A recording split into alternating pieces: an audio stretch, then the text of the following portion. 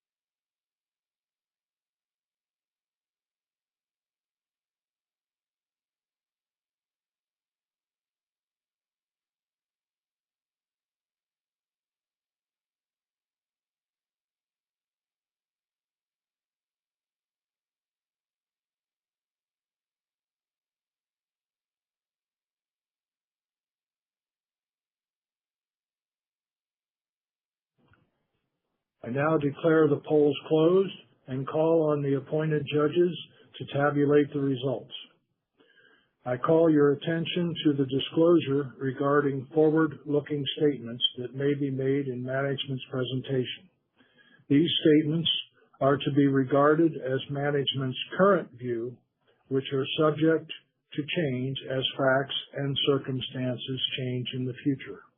I will now turn the meeting over to Marcy Barber, our President and Chief Executive Officer, and Mike Wolf, our Chief Financial Officer. Marcy?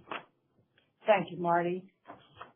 It was rewarding for all of us to witness the impact of intentional loan growth in our home markets last year. In prior years, strong banking relationships with out-of-market partners contributed materially to our overall loan production. But in 2025, we pulled back on purchase loan participation activity, yet still enjoyed 12% growth in total outstandings. New loans booked at market rates and repricing adjustments within the existing commercial portfolio combined to enhance our net interest and gross margins. The gross margin improvement was the single most impactful metric contributing to net income growth last year. We found opportunities in market disruptions and leveraged our relationship-focused business model to move deposits and loans. Mike will now review 2025 financial performance in more detail. Thank you, Marcy. In 2025, we saw improvements in nearly every performance metric.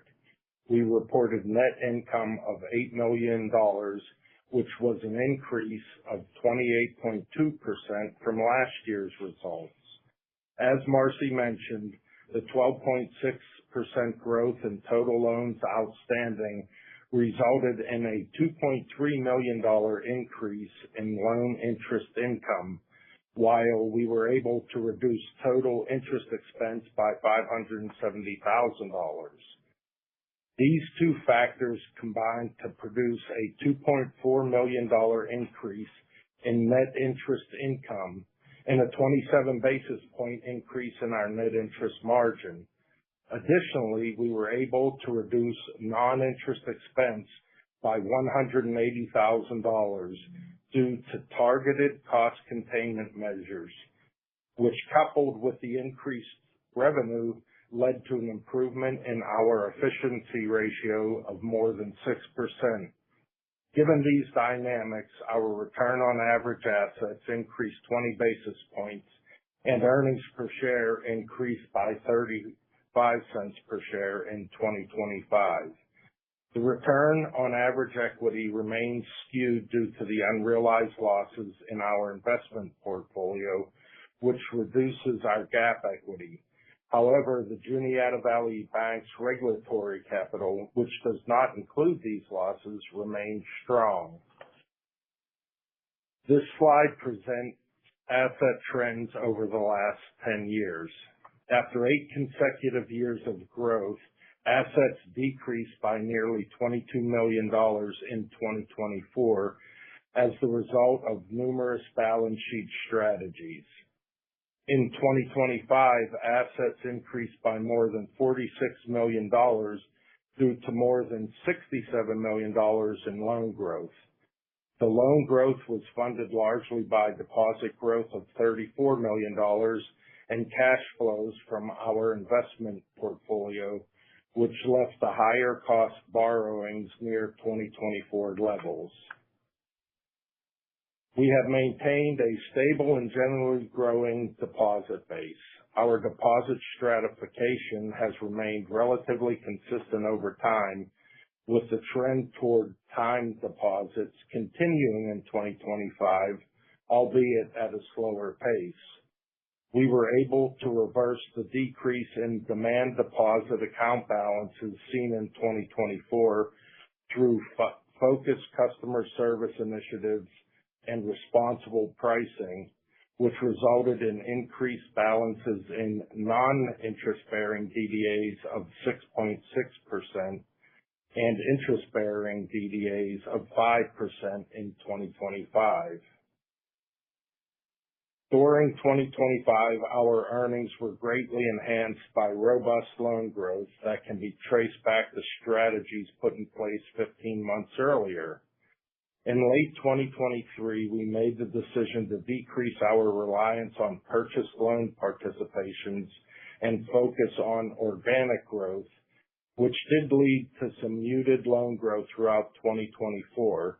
However, our efforts to build quality loan relationships both within and outside of our branch footprint resulted in an increase in loan balances outstanding of more than $67 million by the end of 2025.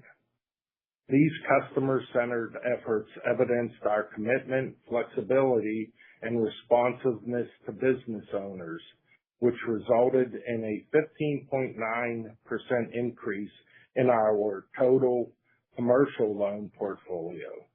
Additionally, our efforts to generate consumer mortgages led to the fourth consecutive year of growth in that portfolio after a decade of declining balances. This was accomplished despite persistently high home mortgage rates, non-traditional competition, and the absence of a substantial refinance market. This growth was accomplished without lowering our underwriting standards or at the expense of credit quality, which Marcy will now review. Thanks, Mike. Even with sound underwriting and strong portfolio administration, credit issues can always arise from economic or industry dynamics.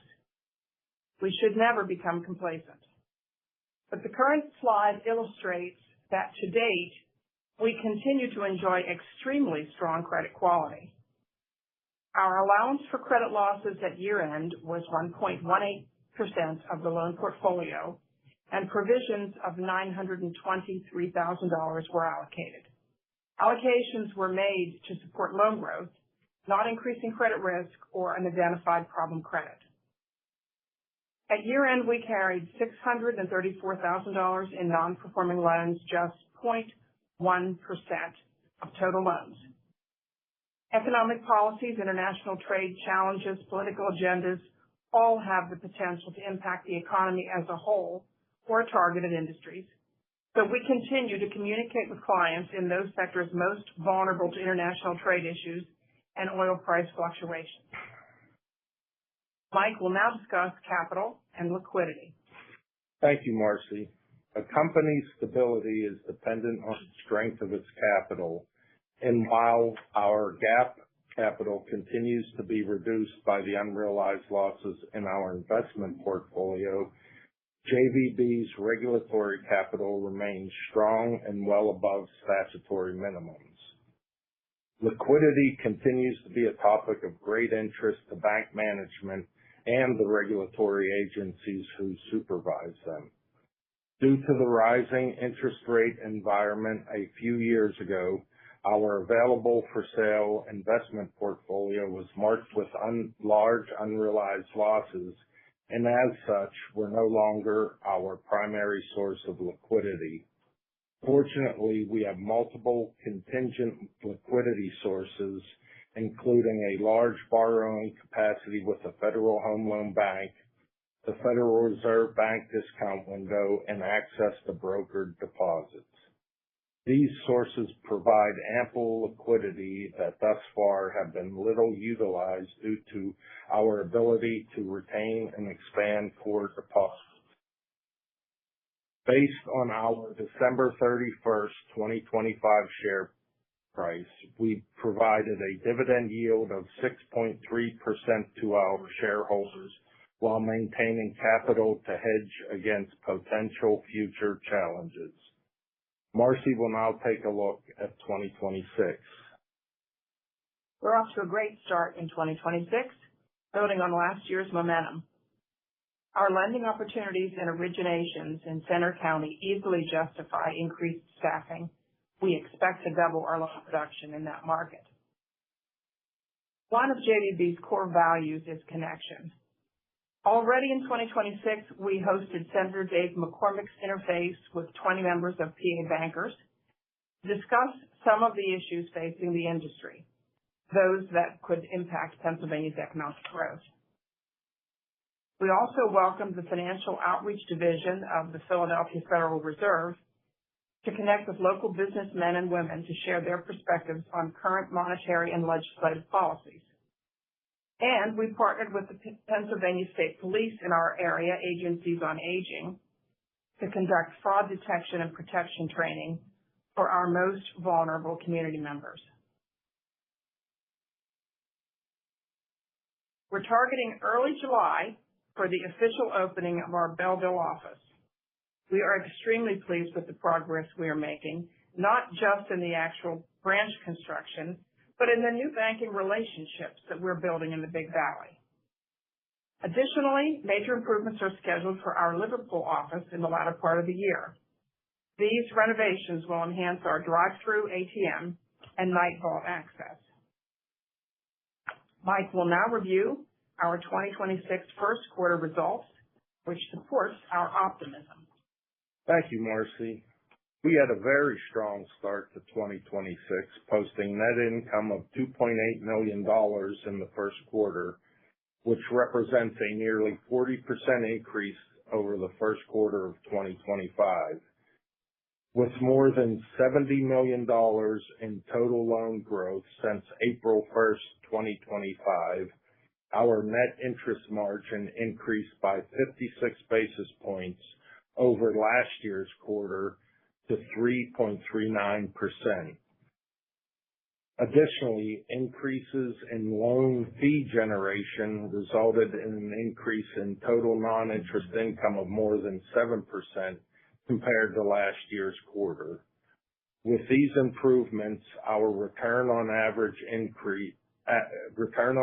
assets increased by 31 basis points to 1.25%.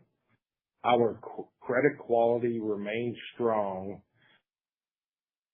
with the non-performing loan ratio unchanged from the first quarter of 2025 and last year-end at only 0.1% of total loans.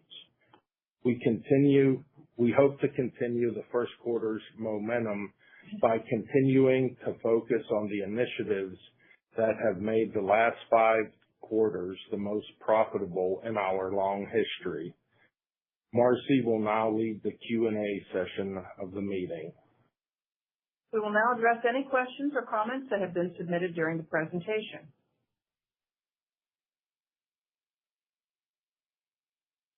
We have received no questions, so I'd like to thank you again for joining us today and for your support of the Juniata Valley Financial Corp. We'll now bring back our chairman to wrap up today's meeting. Marty? Thank you, Marcy. At this time, I ask Lisa Snyder, Judge of Elections, for a report on the results of the voting. Thank you. All votes have been tabulated and results are as follows. There were sufficient votes for the 3 nominated individuals to be elected as directors of the Juniata Valley Financial Corp. A majority of votes cast approved the non-binding say-on-pay proposal. A majority of votes cast approved the 2026 long-term incentive plan. Thank you, Lisa. There being no further business to be brought before the group, thank you all for your investment and trust in the Juniata Valley Financial Corp. The 2026 annual meeting is now adjourned. This concludes the meeting. You may now disconnect.